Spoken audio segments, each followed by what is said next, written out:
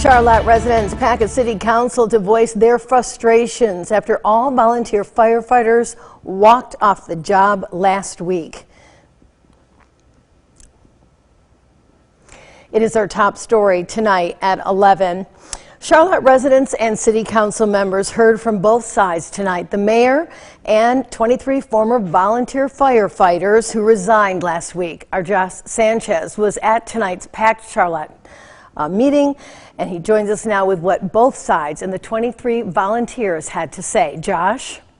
Sherry, the room was near capacity as citizens shared their concerns over how issues between the mayor and the volunteer firefighters has been handled. Some residents who spoke say they hope to see the volunteers back on duty. Dropping our boots is one of the hardest things that we've ever had to do. We never wanted to leave you unprotected, and it has been killing us every minute that we are not in our boots serving this community. Former volunteer firefighter Ron Smith says last week's decision to leave the profession he loves was a difficult one. The meeting started with him sharing the list of issues that led to the walkout. Claimed the mayor overstepped procedure several times by addressing conduct, budget, and operation issues directly with the department instead of the city manager. Several residents spoke up to share their support of the more than 20 volunteer firefighters who resigned. I do thank all of you guys. It's been very emotional being here. Like my stepmom says, it's like a death in the family.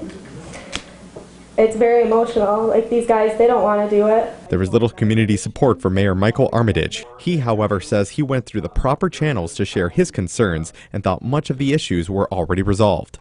I have a deep level of frustration that we're here discussing some of these issues again.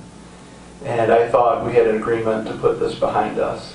Some council members said they're worried about the safety of the community as negotiations continue. No decision or agreement was made tonight because the fire chief was not present to speak with the city manager, a requirement for any negotiation. Smith says he's disappointed by the outcome, but he's glad to have the community support behind him. We've known that the community supports us. They tell us every day we run into people, but it's really great to have them here and showing their support again.